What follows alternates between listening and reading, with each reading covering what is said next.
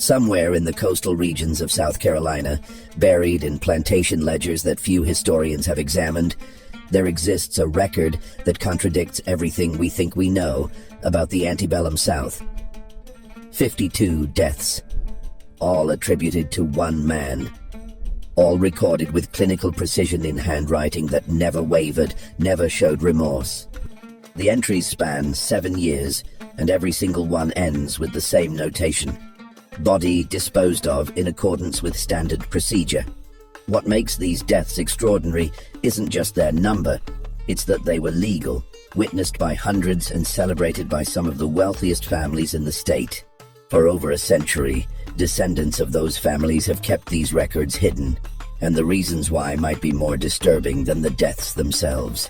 Before we continue with the story of the man they called the Reaper of the Pines, make sure you're subscribed to this channel, hit that notification bell, and leave a comment telling us what state or city you're watching from. You're about to hear something that was never meant to leave the archives. The truth about what happened in those makeshift fighting pits didn't stay buried by accident. It was carefully orchestrated, deliberately obscured, and when necessary, violently suppressed. The year was 1847, and Charleston was experiencing what its newspapers called unprecedented prosperity. Cotton prices had reached heights that made plantation owners feel invincible, and with that, wealth came appetites that polite society pretended not to notice.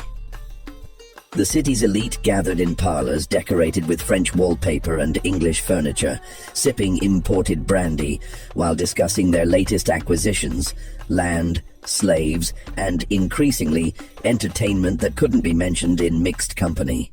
20 miles inland, where the Ashley River curved through endless fields of cotton, stood the Hartwell Plantation. 3,000 acres worked by nearly 200 enslaved people. It represented the pinnacle of what the planter class called civilization. The main house, a Greek revival structure with columns that gleamed white in the Carolina sun, overlooked grounds manicured to resemble an English estate. Visitors often commented on the beauty, the order, the apparent tranquility. They never saw what happened in the pines beyond the tobacco barns. Marcus Hartwell had inherited the plantation from his father at age 28, and with it came debts that threatened everything his family had built over 3 generations. The old man had been a poor businessman, generous with credit, weak with discipline. Marcus was neither of those things. Within 6 months of taking control, he dismissed the overseer his father had employed for 15 years and brought in someone who understood that profit came from pushing boundaries that more squeamish men avoided. The new overseer was a man named Josiah Cruz, and he came with a reputation. He'd worked plantations in Mississippi where production numbers consistently exceeded all projections, where slave mortality rates were high, but so were profits. He had cold gray eyes and a way of looking at people, all people regardless of color, that made it clear he saw them as mechanisms to be optimized or discarded. It was Cruz who first suggested the fights. He'd presented it to Hartwell one evening in August, after the books had been reviewed and the numbers weren't improving fast enough. They were in the plantation office, a room that smelled of leather and tobacco, when Cruz laid out his proposal with the matter-of-fact tone of someone discussing crop rotation. "There's money in entertainment," Cruz said, pouring himself whiskey without asking. "The rice planters near Savannah have been doing it for years. Private affairs, gentlemen's sport, they call it. $50 a seat, sometimes more. And it solves another problem." Hartwell had looked up from his ledgers. What problem? The troublesome ones. Every plantation's got them. Men too proud, too strong, too likely to cause problems. You work them to death slowly, or you make them useful. Cruz had smiled then, showing teeth yellowed by chewing tobacco. And profitable. The idea wasn't entirely new to the region. Slave fights had been happening in various forms across the South for decades. Informal contests, weekend entertainment, ways for plantation owners to settle disputes or simply pass time. But what Cruz was proposing was different in scale and ambition. He wanted to create something systematic, something that could generate consistent revenue, something that would attract paying spectators from across the state. Hartwell spent 3 days considering the proposal. He consulted his account books, calculated potential revenue, weighed the risks against the rewards. His father's debts amounted to nearly $18,000, accumulated over years of poor crops and poorer management. The plantation produced enough to sustain itself, but not enough to pay down that mountain of obligation. At the current rate, Marcus would spend the next 15 years just breaking even, never building wealth, never achieving the status his family name should command. The fights offered a different path. High risk, certainly, but also high reward. And Marcus Hartwell had not inherited his father's aversion to risk. On August 23, 1847, he gave Cruz permission to proceed. The first fight took place in September, in a clearing 300 yards into the pine forest. They'd built a simple ring, rope strung between posts driven deep into the sandy soil, crude wooden benches arranged in a circle, torches for light. 23 men attended that first night. Planters from neighboring estates, merchants from Charleston with appetites for violence they couldn't satisfy in the city's structured society. The fighters were 2 men who'd been marked as discipline problems. One had talked back to an overseer. The other had been caught trying to learn to read. The rules were simple. Fight until one man couldn't continue. No weapons, no mercy. The winner would receive an extra ration of meat each week for a month. The loser would be sold downriver to the sugar plantations in Louisiana, where life expectancy was measured in years, not decades. The fight lasted 11 minutes. When it was over, one man was unconscious, his jaw broken so severely he'd never speak clearly again. The other stood in the center of the ring, his knuckles split and bleeding, his eyes empty of everything except the will to survive. His name was registered in the plantation books as property number 127, but the other slaves called him Solomon. He was 22 years old, stood 6 feet and 3 inches tall, and weighed 190 pounds of muscle, built from 14 years of field work. He'd been born on the Hartwell plantation, son of a woman who died in childbirth 3 years after his birth. He'd grown up knowing nothing but cotton and punishment. His world bounded by the river on one side and the pine forest on the other. Solomon had not been marked as a discipline problem. He'd never caused trouble, never resisted orders, never given the overseers reason to single him out. But he was strong, unusually so, and Cruz had noticed that strength during his first weeks on the plantation. When the decision was made to hold fights, Solomon's name went on a list of potential fighters. Men whose physical capabilities made them valuable for this new enterprise. After that first fight, something changed in Solomon's eyes. Those who'd known him before would later say it was like watching a man die while his body kept moving. He didn't celebrate his victory. He didn't eat the extra meat he'd won. He simply returned to the slave quarters and lay on his wooden bunk, staring at the ceiling until dawn. But Marcus Hartwell had seen something else in that ring. He'd seen 23 men place bets totaling over $400. He'd seen their excitement, their bloodlust, their willingness to pay for something they couldn't find anywhere else. He'd seen a solution to his financial problems. The spectators talked about the fight for days afterward. They gathered in Charleston parlors and plantation offices, discussing what they'd witnessed with the excited energy of men who'd discovered something new and forbidden. Word spread through whisper networks. Careful, coded conversations that never used explicit language but conveyed clear meaning. By October, Hartwell was receiving inquiries from men he'd never met. Wealthy planters from Georgia and North Carolina wanting to know if the rumors were true, if there would be more events, if they could purchase seats. Within a month, Cruz had transformed the clearing. The rope ring became a proper fighting pit, dug 2 feet into the ground with wooden walls rising another 3 feet.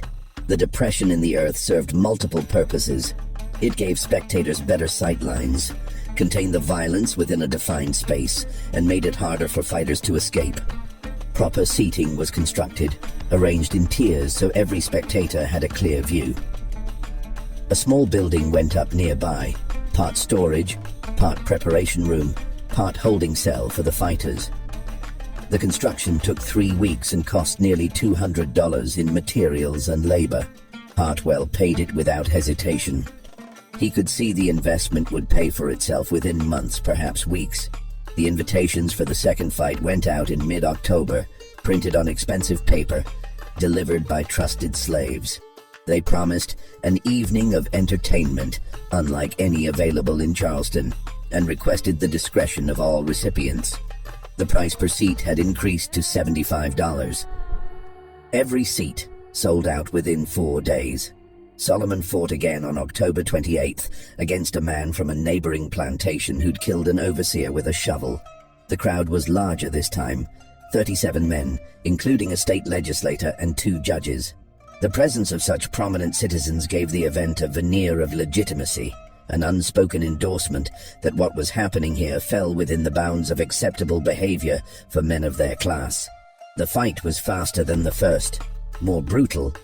Solomon had learned something in that initial contest, learned how to be efficient with violence, how to identify weakness, and exploit it immediately.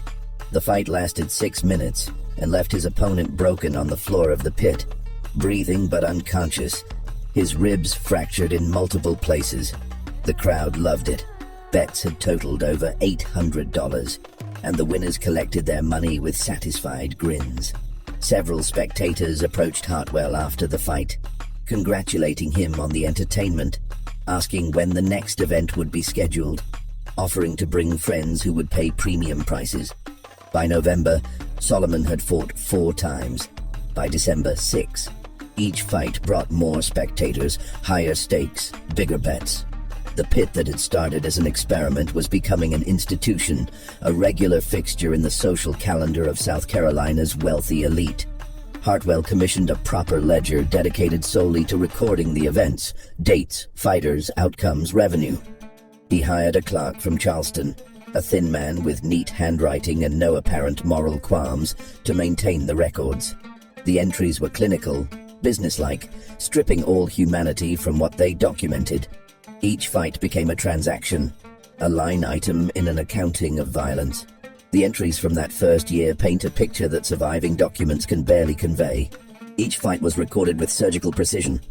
December 14th, 1847. Property, Brida 127 versus property on loan from Middleton Estate. Duration, 8 minutes. Result, visiting property deceased. Cause, trauma to head and chest. Revenue, $2,240. Expenses, $180. Net, $2,060. The word deceased appeared more frequently as the months progressed. Solomon never lost. More disturbing, he never seemed to try to avoid killing his opponents. There was no showmanship in his fighting, no unnecessary cruelty, but also no mercy. He fought with a methodical efficiency that spectators found both thrilling and unsettling. He studied each opponent for weaknesses, then exploited them with devastating precision. Some fights ended quickly, others took longer, but they all ended the same way. By the spring of 1848, Solomon had killed 7 men in the ring. The plantation's financial situation had completely reversed. Hartwell had paid off his father's debts and had begun expanding his operations. He'd purchased 2 adjoining properties and 70 additional slaves. The fights were now monthly events, scheduled around the agricultural calendar, advertised through whisper networks that reached as far as Virginia. The transformation of the Hartwell plantation was remarkable to witness. What had been a struggling estate teetering on bankruptcy had become one of the most profitable operations in the Low Country. Hartwell's social standing rose accordingly. He was invited to dinners he'd never have attended before, included in business ventures with men who'd previously ignored him, treated with the deference accorded to successful men. And all of it was built on blood spilled in a pit in the pines.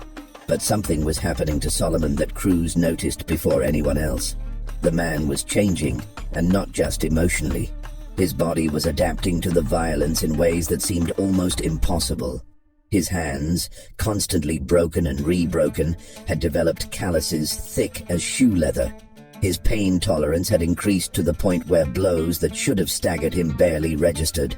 His reflexes had sharpened to levels that made Cruz, who'd seen hundreds of fights across multiple states, genuinely uneasy.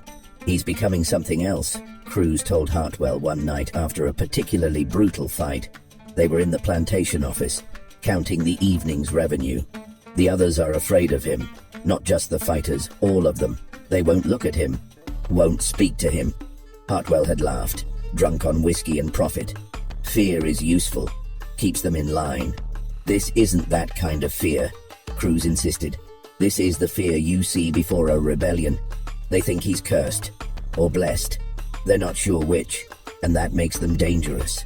But Hartwell wouldn't listen. The money was too good, the reputation too valuable. By summer, people were traveling from 3 states away to watch Solomon fight. The pit had been expanded again. The seating increased to accommodate over 100 spectators.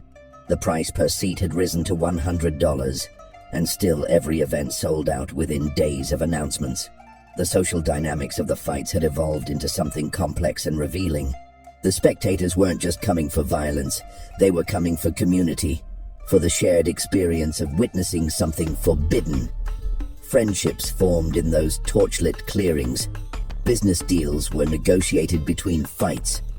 Political alliances were forged while watching men destroy each other for entertainment. The fights had become a shadow institution, operating in parallel to Charleston's official social structures, but never acknowledged in polite conversation. A man might see his banker, his lawyer, and his minister all seated around the same pit, but none of them would ever mention it at church on Sunday. The ledger entries continued their grim march. 10 deaths, 15, 20. Each one recorded with the same clinical detachment, the same neat handwriting, the same notation. Body disposed of in accordance with standard procedure. No one asked what that procedure was. No one wanted to know where the bodies went or how they disappeared so completely that not even rumors emerged. The spectators came for blood sport, not moral complications. They placed their bets, watched men destroy each other, collected their winnings and returned to their lives, pretending that what they'd witnessed was somehow civilized because it happened by rules they'd all agreed upon. The slaves on the Hartwell plantation knew where the bodies went. There was a ravine 3 miles into the pine forest, deep enough that nothing thrown into it was ever seen again. The bodies went there in the hours before dawn, wrapped in canvas, carried by men who'd been ordered to forget what they'd done by the time the sun rose. Solomon was 23 years old and had killed 20 men with his bare hands when something unexpected happened. He started winning too quickly. The fights that had once lasted anywhere from 5 to 20 minutes were now ending in 3, sometimes 2 minutes. Opponents trained specifically to fight him would enter the pit with strategy and determination and be carried out unconscious or dead before the crowd had finished placing all their bets. The entertainment value was declining. Spectators wanted struggle, wanted drama, wanted to feel their money's worth. Men were paying $100 for 4 minutes of violence. They wanted more. Cruz proposed a solution. Add weapons, not knives or guns, nothing that would make it quick, but improvised tools, things that could be found on any plantation, farming implements, chains, pieces of wood. Anything that would extend the fights, increase the spectacle, give the opponents a theoretical chance. Hartwell agreed. The ledger entry for August 1848 notes the change. New conditions implemented to increase entertainment value and duration of contests. Combatants may be provided with agricultural implements or restraint tools at the discretion of management. Property number 127 to remain unarmed to maintain competitive balance. The announcement of the new rules generated immediate excitement among the regular spectators. The idea of watching Solomon fight armed opponents with just his bare hands added a layer of danger and drama that had been missing. Bets increased. Attendance swelled. The price per seat jumped to $125. Solomon's first fight under the new rules came on a Tuesday night when humidity hung in the air, thick enough to choke on. His opponent was armed with a cotton hook, a tool used for pulling bowls from the plants, about 3 feet long with a wicked curved blade at one end. The man wielding it was experienced, had been trained for weeks specifically for this fight, understood how to use the weapon's reach to his advantage. Solomon had his bare hands. The fight lasted 7 minutes. When it was over, The man with the cotton hook was dead, and Solomon was standing in the center of the pit, holding the weapon he'd taken from his opponent's broken grip. He stared at it for a long moment, his chest heaving, blood running down his arms from cuts where the blade had caught him before he'd closed the distance. Then he dropped the hook in the dirt and walked back to his corner without expression. The crowd loved it. The tension had been excruciating, the violence sustained in ways the quick fights hadn't provided. Here was what they'd been missing: genuine uncertainty, real danger, the possibility that Solomon might actually lose. Bets for the next fight doubled. Over the following months, opponents came armed with increasingly creative implements. Hoe handles, chains with locks attached, pieces of fence rail, pitchforks with the tines wrapped in canvas to extend the fight without making death too quick. Each fight became an exercise in brutality, with Solomon forced to close distance against weapons, while his opponents tried to use their advantages before he could reach them.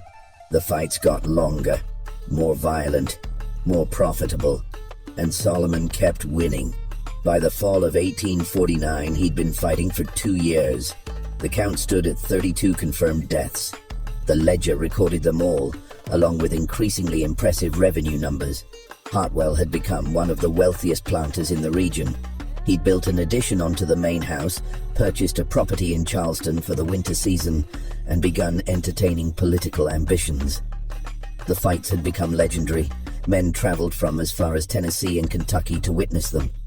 Some came multiple times, bringing different groups of friends, spreading the reputation further. Hartwell received letters requesting special events, offering premium prices for private showings. The whole enterprise had grown beyond anything he'd initially imagined. But there were cracks forming in the foundation of this empire built on violence. The first appeared in the slave quarters themselves. Solomon's transformation into something barely human had initially generated fear, but that fear was evolving into something more complex. He represented power, brutal and undeniable. Power that existed within a slave's body, even if it was being used for the master's entertainment. And some of the enslaved people on the Hartwell plantation had begun to wonder what would happen if that power was redirected. There was a woman named Dinah who worked in the main house as a cook. She was 43 years old, had been born on a plantation in Virginia, and had watched 3 of her own children sold away before being purchased by the elder Hartwell 15 years prior. She'd known Solomon since he was 10 years old, had given him extra food when she could, had taught him the names of herbs and how to identify which plants were safe to eat from the forest. She'd also watched him transform into something she barely recognized. Dinah understood the ledger in ways the clerk who maintained it never could. She cleaned Hartwell's office twice a week, and though she couldn't read well, just enough to make out prices and quantities for kitchen supplies, she recognized patterns. The regular entries, the neat handwriting, the frequency that matched the schedule of fights. She understood that each line represented a death, and she understood that all those deaths bore Solomon's name. But she also understood something else. Every fight proved that a slave could kill a master's prized property without punishment, as long as it happened in that pit. And if Solomon could kill valuable slaves with impunity, what did that say about the rules that supposedly governed their world? These thoughts led to conversations, carefully conducted, always in places where overseers couldn't hear. In the tobacco barns during sorting, in the cotton fields during water breaks, in the slave quarters after the evening bell, when darkness provided cover for words that could get them all killed. She found others who'd been thinking similar thoughts. A man named Isaac who worked the stables had seen the careful preparation that went into each fight. The feeding, the training, the medical attention given to fighters before they entered the pit. He'd seen how much value the masters placed on these contests. A woman named Ruth, who worked laundry, had washed Solomon's fighting clothes after every match, had seen the blood that never fully came out, had noted the increasing frequency of those particular garments in her washing pile. Together, they began to piece together the full scope of what was happening in those pines. The money changing hands. The network of wealthy men traveling from across the South, the systematic nature of the violence, and most importantly, the vulnerability it created. "They gather in one place," Isaac said one night, his voice barely above a whisper. "All of them. Their best overseers are watching the pit. The rest of the plantation is practically unguarded. If someone wanted to do something, if people were organized, that would be the time." "That's suicide," another man said. His name was Thomas, and he was younger, less patient. "They'd hunt us down, kill us all. They're going to kill us anyway," Ruth said quietly, just slower. "Working us to death in these fields, or selling us downriver when we're used up, or putting us in that pit for their entertainment. At least this way we'd choose how it happens." The conversations never went beyond speculation. No concrete plans were made, no actions taken. But the fact that such talk was happening at all represented a fundamental shift.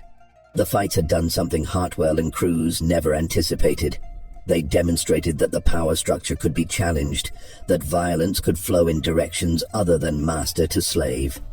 The second crack appeared among the spectators themselves. Not everyone who attended the fights walked away entertained. Some men, particularly those new to the events, found themselves disturbed by what they'd witnessed. The clinical nature of the violence, the systematic way it was organized, the casual attitude of the regular attendees, all of it combined to create an experience that felt less like sport and more like something darker. A Charleston merchant named Samuel Pinckney attended his first fight in September of 1849. He'd been invited by a business associate, told only that he'd witness entertainment unlike anything he'd seen before. The price, $125, suggested something exclusive, something extraordinary. What he witnessed was Solomon fighting a man armed with a chain. The fight lasted 9 minutes and ended with the opponent unconscious, his skull fractured, his breathing shallow and irregular. He died 3 hours later, though Pinckney was long gone by then. Pinckney vomited twice on the ride back to Charleston. He never attended another fight, never accepted another invitation, and in letters discovered after his death, he described the experience as witnessing hell organized as a business venture. He wasn't alone. A significant minority of first-time attendees never returned. Some were vocal about their disgust, though never publicly. To do so would mean admitting they'd been there at all. Others simply declined future invitations with polite but firm excuses. But here's what worried Cruz. The rate of new attendees was declining. In the early days, every fight brought fresh faces, men eager to witness what they'd heard about in whispered conversations. By late 1849, the audience had become largely static. The same 100 or so men attending regularly, with few new spectators joining. The enterprise was reaching saturation. There were only so many men in the region wealthy enough to afford the price and morally flexible enough to attend. Once that pool was exhausted, growth would stop. Revenue would plateau. And Solomon, who'd already killed 32 men, showed no signs of becoming less efficient. "We need to think about the endgame," Cruz told Hartwell in October.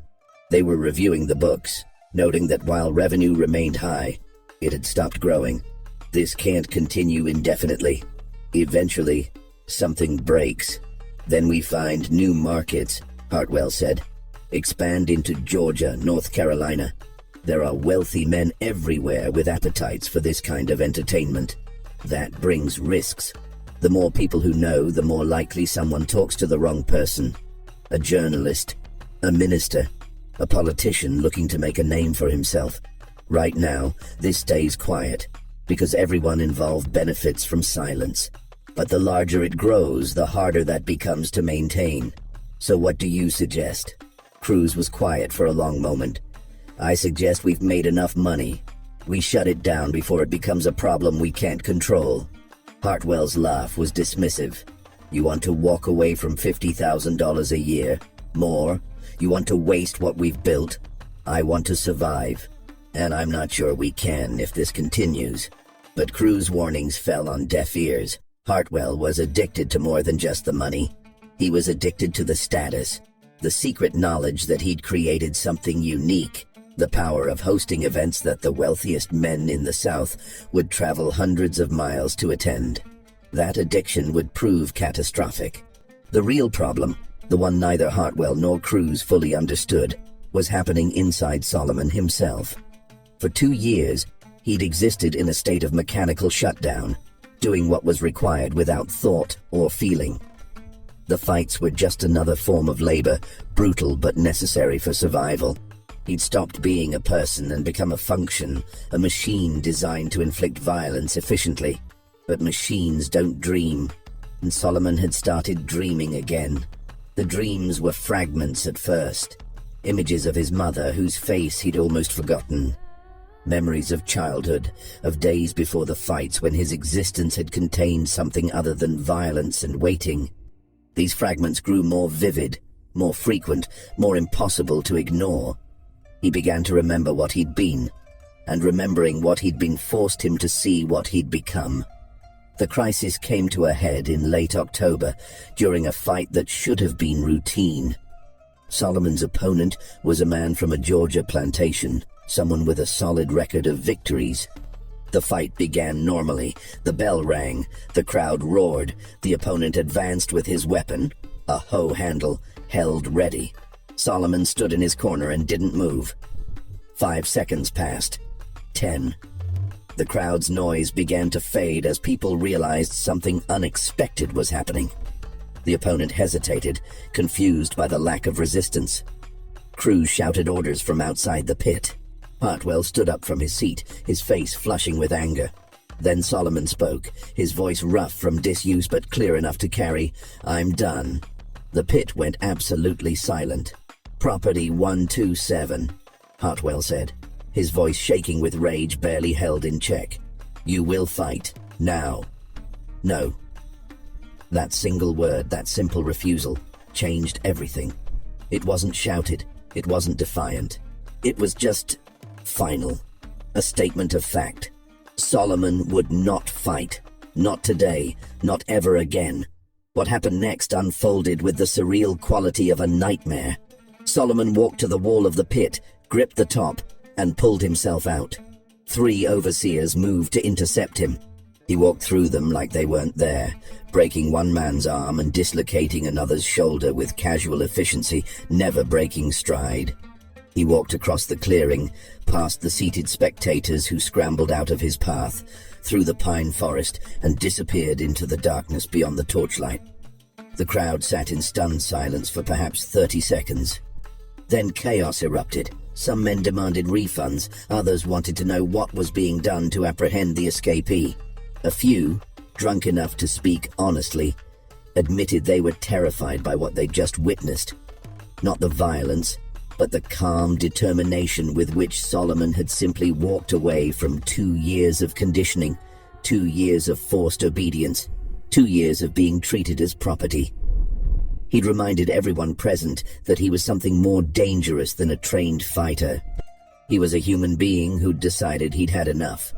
The manhunt that followed was the largest in South Carolina history up to that point. Cruz assembled every available overseer, hired slave catchers from Charleston, brought in dogs from 3 counties. They tracked Solomon for 2 days through pine forests and cypress swamps, following signs that suggested he was heading toward the coast.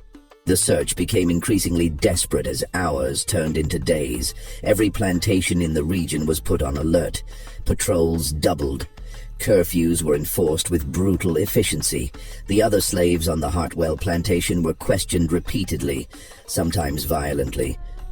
But no one admitted knowing anything about Solomon's plans or destination, because no one did know. Solomon had told no one what he intended. He'd simply decided, in that moment in the pit, that he would rather die free than live as a weapon.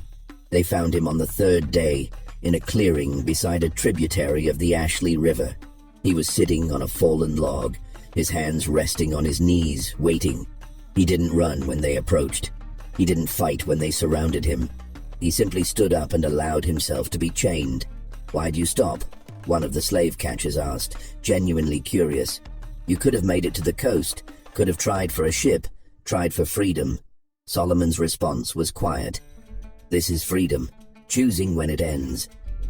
They brought him back to the plantation at dawn on March 18th, 1850. Every slave had been assembled to witness what would happen next, a lesson in the consequences of disobedience. Hartwell stood on the steps of the main house, his face rigid with rage barely held in check. The other slaves watched in silence as Solomon was dragged before Hartwell, still in chains, his clothes torn from days in the forest, but his expression unchanged. He looked at Hartwell with something that might have been pity, might have been contempt, might have been nothing at all. "You will fight again," Hartwell said, his voice carrying across the assembled crowd, "or you will be punished in ways that will make you beg for death. The choice is yours." Solomon's response was quiet, but it carried across the sudden silence. Already dead. Been dead since the first one. You just didn't notice. What happened next depended on who was telling the story later. The official version, the one entered into court records and newspaper accounts, stated that property number 127 attacked Marcus Hartwell on the morning of March 18th, 1850, and was shot while attempting to kill his owner. Multiple witnesses supported this version. Overseers, other planters, spectators who'd stayed overnight after the aborted fight. The slave had gone mad, they said. Broke his chains through inhuman strength. Had to be stopped before he murdered everyone present. But before we examine what truly happened in those final moments, we need to understand the hours that preceded them. Because the events of March 18th didn't begin at dawn. They began in darkness, in the hours when most people were sleeping, when the only witnesses were those forced to watch. Solomon had been brought back to the plantation just before midnight on March 17th. The slave catchers delivered him directly to Cruz, who ordered him locked in the small building near the fighting pit, the same structure that had served as a holding cell for fighters before matches. It was a deliberate choice. Cruz wanted Solomon to spend his final hours in the place where he'd become what he was, surrounded by the ghosts of everything he'd done. The building was 10 feet by 10 feet, with walls made of rough-cut pine boards and a single door that could be barred from outside. There were no windows, no light, except what leaked through cracks in the walls. The floor was dirt, packed hard by 2 years of fighters pacing before their matches. It smelled of sweat, fear, and old blood that had seeped between the floorboards. Cruz stationed 4 overseers outside with instructions that Solomon was not to be given food, water, or rest. The punishment would begin at dawn, but the suffering would start immediately. Psychological torture was often more effective than physical pain, and Cruz wanted Solomon broken before Hartwell even saw him in the morning. But Solomon didn't pace, didn't test the door, didn't show any signs of the panic or desperation Cruz had expected. He simply sat in the center of that small room, his back straight, his hands resting on his knees, and waited. When the overseers looked through the cracks in the walls, checking on him throughout the night, they saw the same position.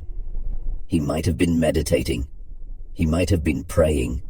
Or he might have simply been existing in a state beyond their understanding, in a place where fear no longer lived because there was nothing left to lose. In the slave quarters, 300 yards away, no one slept that night. The word had spread within minutes of Solomon's return. He was back. He was being held. And everyone understood what dawn would bring. Dinah sat on her bunk, her hands clasped together, lips moving in silent prayer.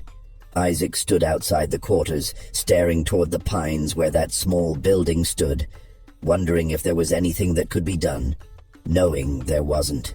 Ruth held her children close, telling them everything would be fine, even though she knew it wouldn't be. They all understood they were about to witness something that would define the rest of their lives. Some moments fracture reality into before and after, and this was going to be one of them. At 4 a.m, Cruz began assembling the overseers.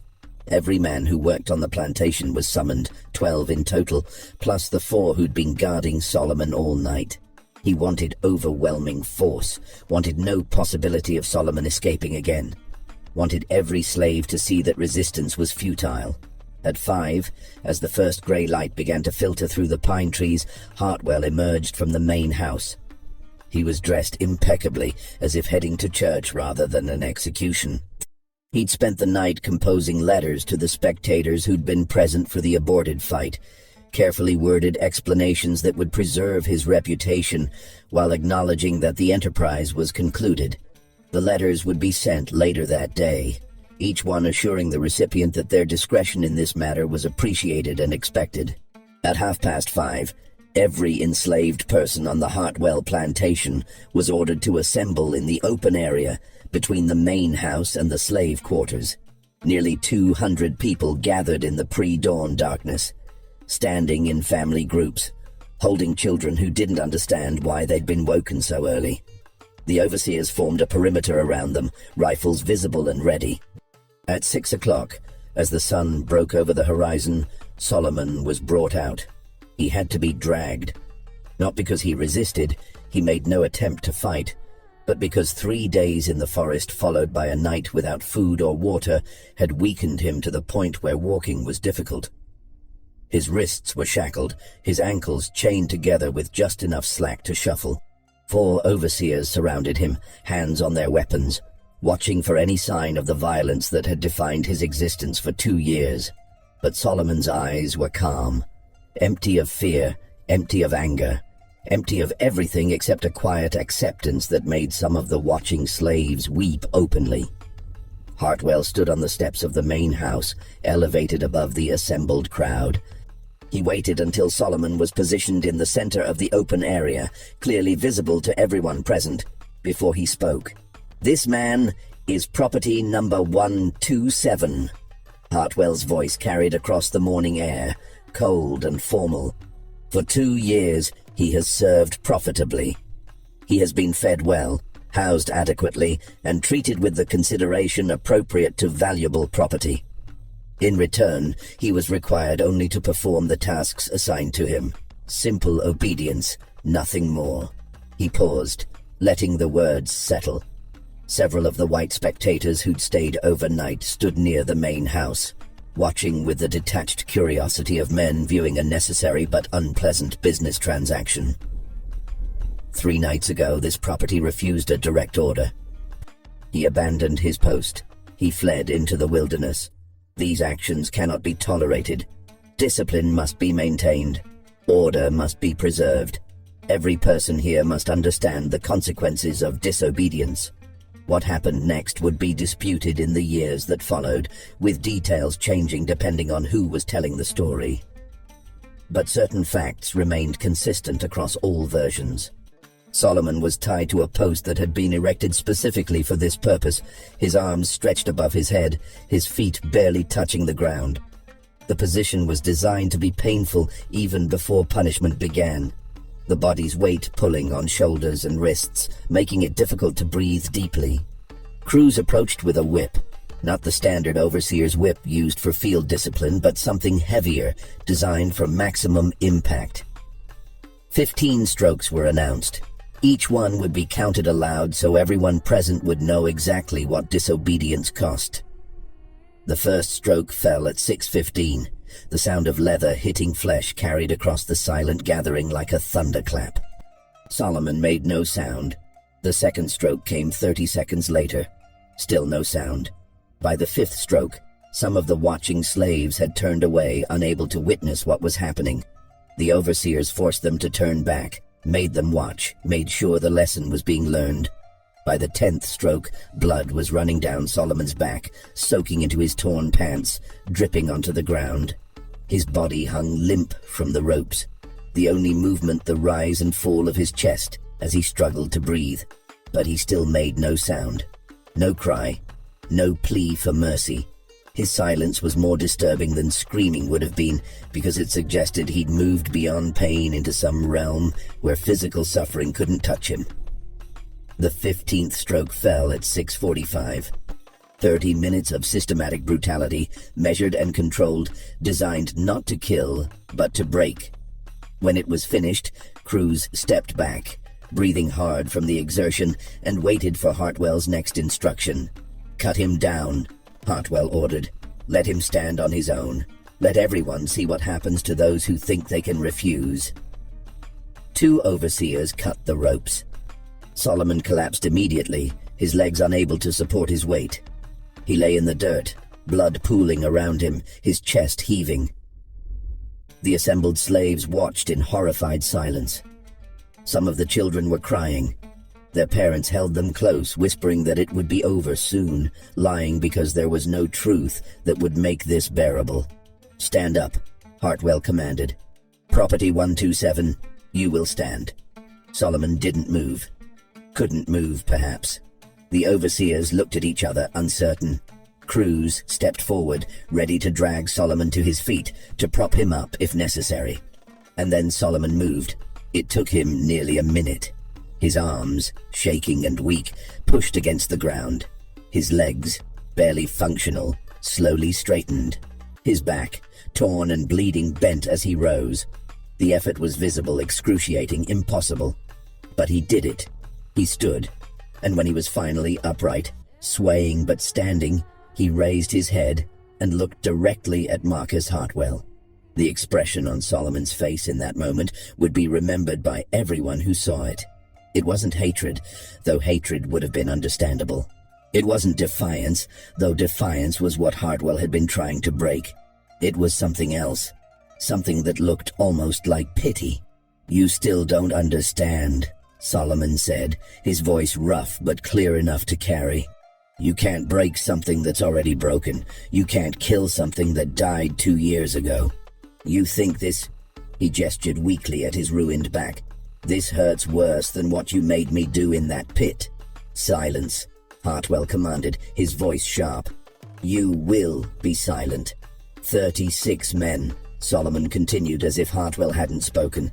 "I killed 36 men with these hands. You made me do it, paid men to watch me do it, bet money on how fast I could do it. And you think whipping me is punishment? You think this matters?" He took a step forward. Just one step, slow and unsteady, but toward Hartwell rather than away. The overseers tensed, hands moving to weapons.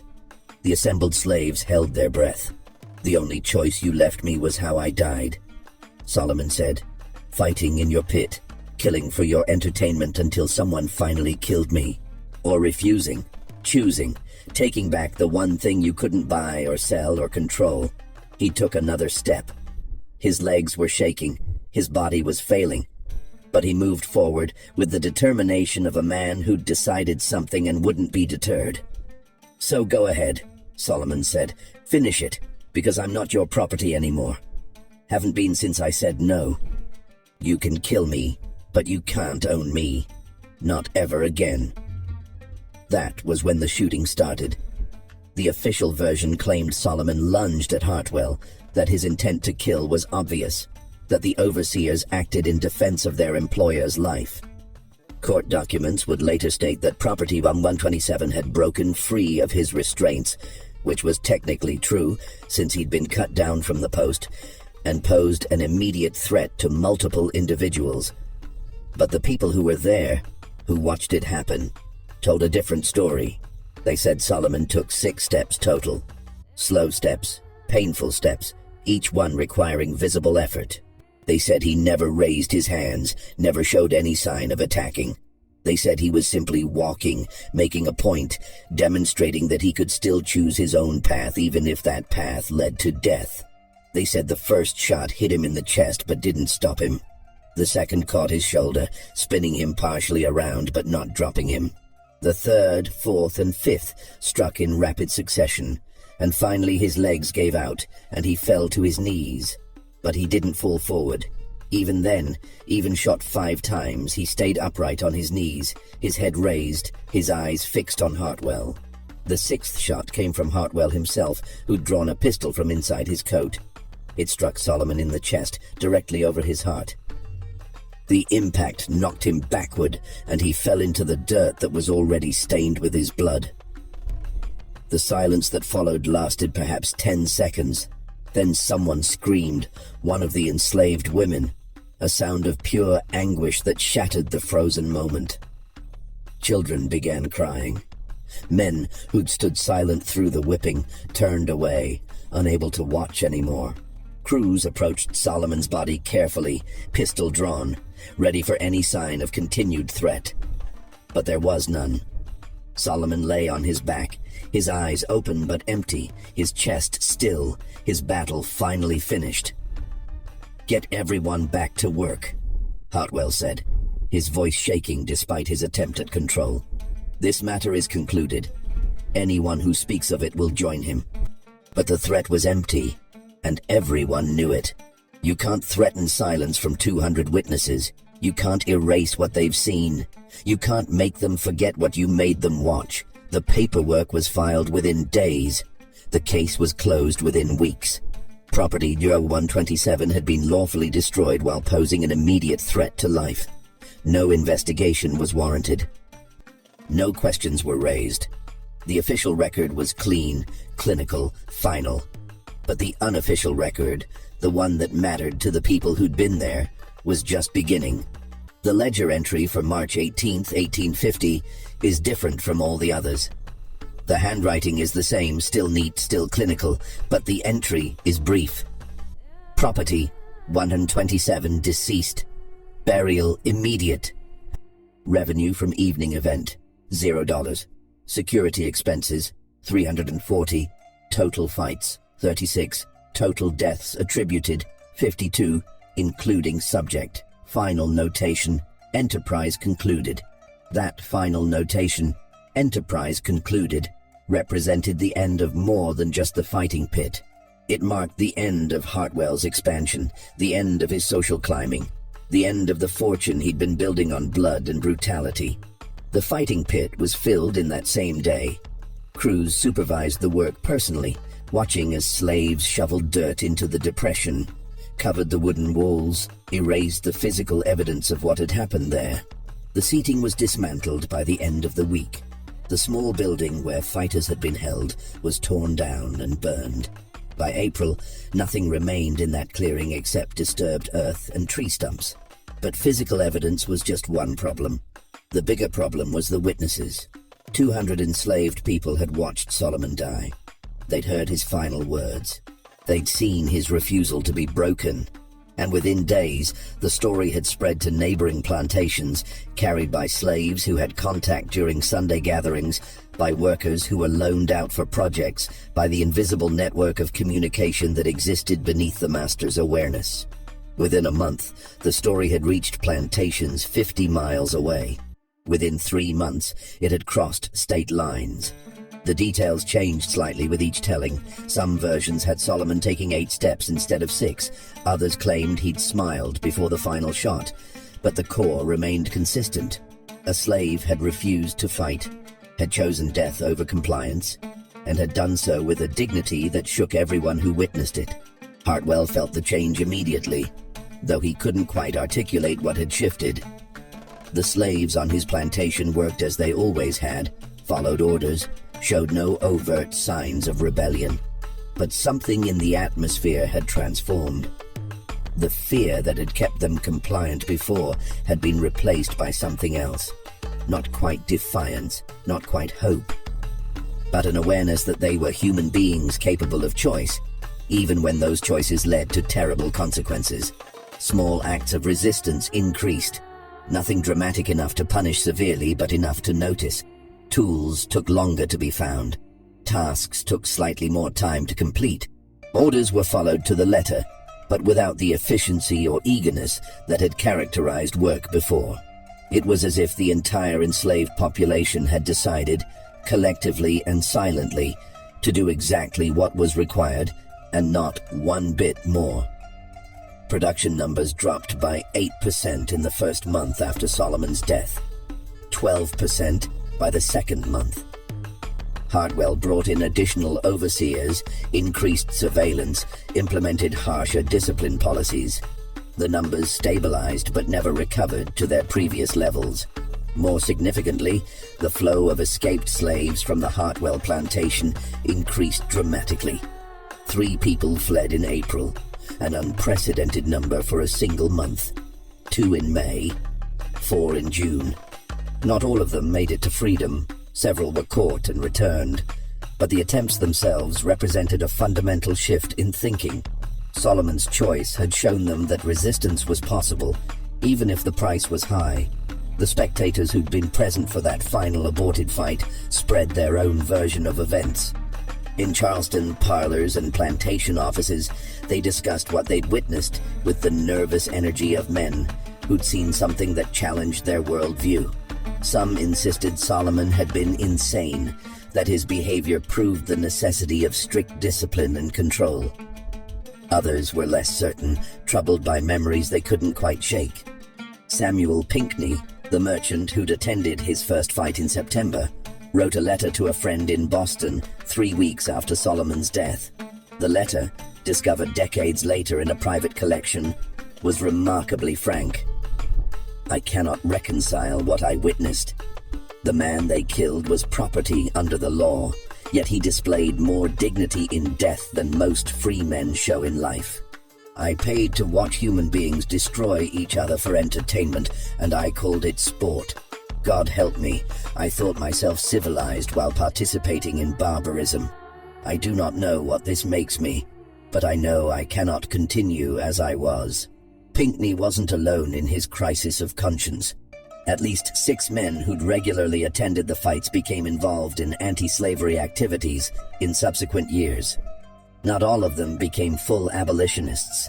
Some simply stopped participating in the more brutal aspects of slavery, treating their slaves with slightly more humanity, allowing small freedoms that they'd previously denied.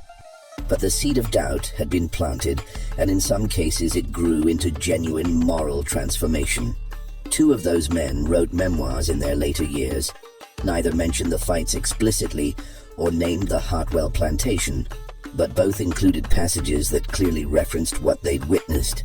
Judge William Thornton, who'd attended over 30 fights, wrote, "I witnessed entertainment that revealed the depths of human cruelty and my own moral bankruptcy. I watched a system destroy a man completely, then punish him for refusing to remain destroyed. The memory haunts me still." Jonathan Graves, a plantation owner from Georgia who traveled to South Carolina multiple times specifically to attend the fights, was more direct in his private journal. "We created a monster, not the fighter but ourselves. We organized cruelty for profit and pleasure. We gathered in secret to watch men kill each other, and we convinced ourselves it was acceptable because they were property. But property does not look you in the eye and choose death over obedience. Property does not expose the lie at the heart of slavery, that human beings can be reduced to things. I carry the weight of 36 deaths I paid to witness. I cannot unburden myself of that weight, nor should I be able to. The financial impact on the Hartwell plantation was severe and permanent.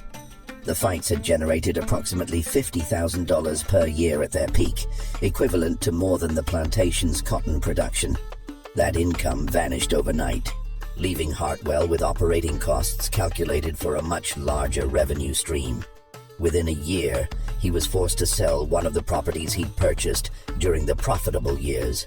Within 2 years, he'd sold another. The additional 70 slaves he'd bought were gradually sold off to cover expenses and debts. By 1852, the Hartwell plantation had contracted back to roughly the size it had been when Marcus first inherited it, though now it was weighted with new debts he'd accumulated during the expansion. Hartwell never fully recovered financially. He maintained appearances, lived in the main house, continued to present himself as a successful planter. But the wealth and status he'd achieved through the fights slipped away gradually, like water through cupped hands. He died in 1880 with an estate valued at 60% of what his father had left him 33 years earlier. But the financial consequences were minor compared to the psychological toll. Those who knew Hartwell in his later years described a man transformed by something he refused to discuss. He became isolated, paranoid, prone to fits of anger followed by long silences. He increased security on the plantation to absurd levels. Guards posted at night when there was no threat, weapons stored in every building, constant patrols of the slave quarters. He was afraid. Whether he feared revenge from the enslaved people on his plantation or judgment from some higher power, no one could say. But the fear was visible, undeniable, and it consumed him. His obituary in the Charleston newspapers in 1880 made no mention of the fights or the man who'd made them profitable. It described him as a planter of moderate success who served his community with dedication, and noted his brief service in the state legislature. The obituary was short, generic, forgettable, exactly what his descendants wanted. The fate of Solomon's body became one of the central mysteries of the story. The official record stated only burial immediate, with no details about location or method. No grave was ever identified on plantation property. No marker was ever placed.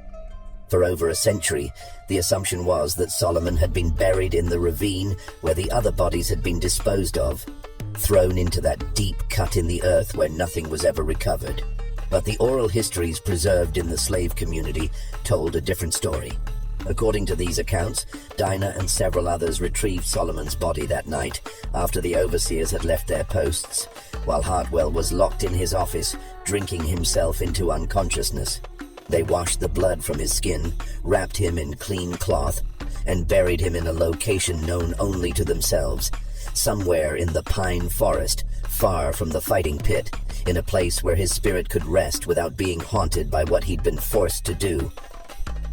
The oral histories said they marked the spot with a cairn of river stones, and that slaves from the Hartwell plantation visited it regularly for years afterward, leaving small offerings, speaking prayers, maintaining a connection to the man who'd shown them that choices existed even in the most constrained circumstances.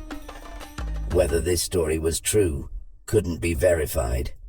No cairn was ever officially discovered, though that proves nothing. The pine forests of South Carolina are vast, and a small pile of stones could remain hidden indefinitely. But true or not, the story served an important purpose.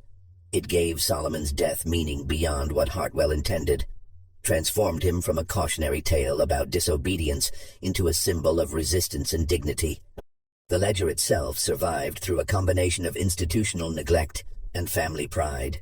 Marcus Hartwell couldn't bring himself to destroy it, despite knowing it was evidence of activities that were becoming less socially acceptable even in the South.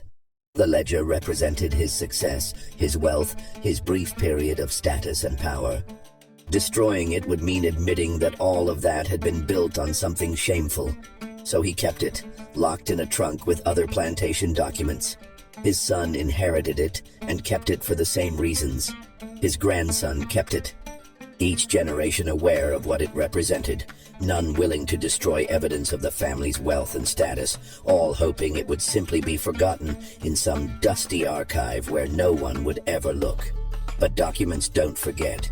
And in 1973, a graduate student named Patricia Hughes was researching plantation economics at a South Carolina university when she discovered a trunk of Hartwell family papers that had been donated years earlier but never properly cataloged.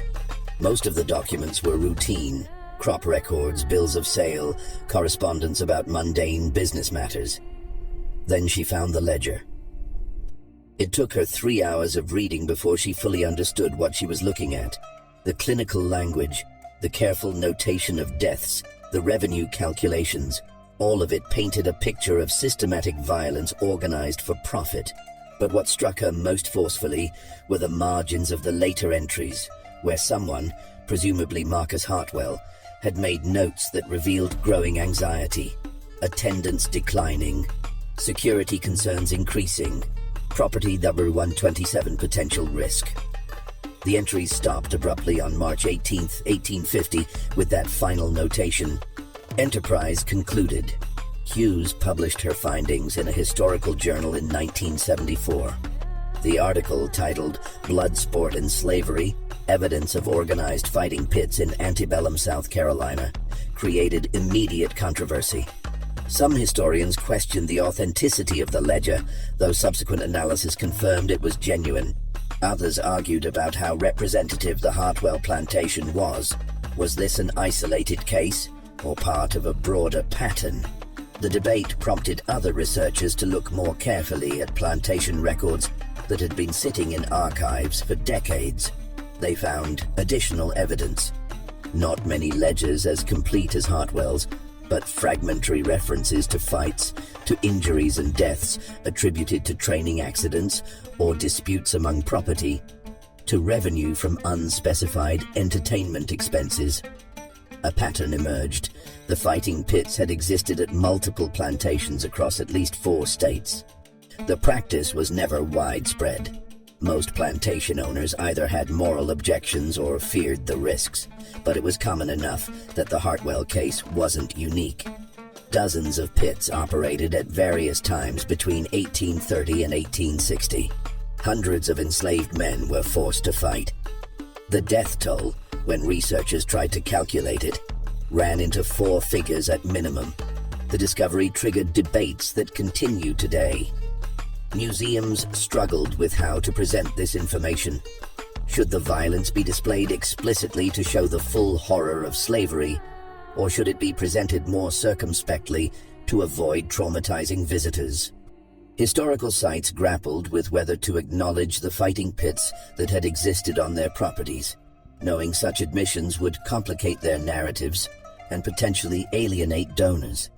Some descendants of enslaved people saw the revelations as validation, proof that the oral histories their families had maintained for generations were accurate, that the stories of systematic cruelty beyond normal plantation brutality were real. Others felt the focus on spectacular violence obscured the everyday horror of slavery, making it seem like the fights were the worst aspect when in fact the entire system was violence. The Hartwell plantation itself no longer exists as a working farm. The land was sold and subdivided in the 1920s. The main house still stands, privately owned, not open to the public. The fields where cotton once grew and alpine forests managed for timber. The location where the fighting pit stood is unmarked and difficult to identify. The landscape has changed too much over 170 years, but the clearing is still there if you know where to look. The earth where violence was commodified, where 52 men died for entertainment, where Solomon made his final choice. That earth remains, covered now by pine needles and underbrush, indistinguishable from any other part of the forest except in memory. In 2012, a group of descendants of enslaved people from the Hartwell plantation held a private ceremony in those woods. They didn't know the exact location of the pit, but they knew the general area. They gathered there, about 30 people ranging from children to elderly, and they spoke the names of the men who died in that pit. They didn't know all 52 names, most were lost to history, but they knew some, preserved in family stories, and they spoke those names aloud. When they reached Solomon's name, one of the elderly women began singing. Others joined her. The song was old, dating back to slavery times, about freedom and choices and the price paid for dignity. The words echoed through those pines, through the same trees that had witnessed everything that happened there over a century before. No one recorded the ceremony, no news outlets covered it. It wasn't a public event or a political statement. It was simply descendants acknowledging ancestors, memories honoring the dead, the past receiving its due in the present. This is what the fighting pits left behind. Not just ledgers and court records and historical debates, but living memory carried through generations. Trauma and resistance intertwined. Stories that refused to disappear no matter how many people tried to bury them. Solomon's story endures not because it was unique, but because it was documented. The ledger that recorded his fights, his kills, his final refusal. That record is rare. Most fighting pits left no trace except oral histories that academic historians dismissed for decades because they lacked written corroboration. But the absence of documentation is not absence of truth. The fighting pits existed. The men who died in them were real. The spectators who paid to watch were prominent citizens whose names still appear on buildings and streets across the South. The wealth generated by that violence was inherited by families whose descendants live comfortably today, often unaware of how their privilege was purchased. This isn't ancient history. Patricia Hughes, the researcher who discovered the Hartwell ledger, is still alive and still researching plantation economics. Some of the descendants of the spectators are still living, though few are willing to discuss their ancestors' involvement. The great-great-great-grandchildren of the enslaved people who witnessed Solomon's death are walking around today, many of them carrying stories passed down through their families, stories that are finally being recognized as historical evidence rather than dismissed as folklore. The past is never as past as we'd like to believe. It lives in documents stored in archives. It lives in stories told around dinner tables. It lives in wealth accumulated and inherited. It lives in trauma passed down through generations. It lives in landscapes that seem peaceful, but carry violence in their soil. And sometimes, when we're willing to look closely enough, willing to read the records that people tried to hide, willing to listen to the stories people tried to silence, the past reveals itself in ways that change our understanding of everything we thought we knew. What do you think of this story? The way a man could be transformed into a weapon through violence, used until he broke, then erased from history as if he'd never existed. Do you believe everything was revealed about what happened in those pines? Or do you think there are still secrets buried in South Carolina soil? Leave your comment below with your thoughts. If you found this tale as disturbing as we did, make sure you're subscribed, hit that notification bell so you never miss our explorations of dark history, and share this video with someone who appreciates stories that refuse to let the past stay buried. The truth about human cruelty doesn't need supernatural elements to terrify. Sometimes reality is horror enough.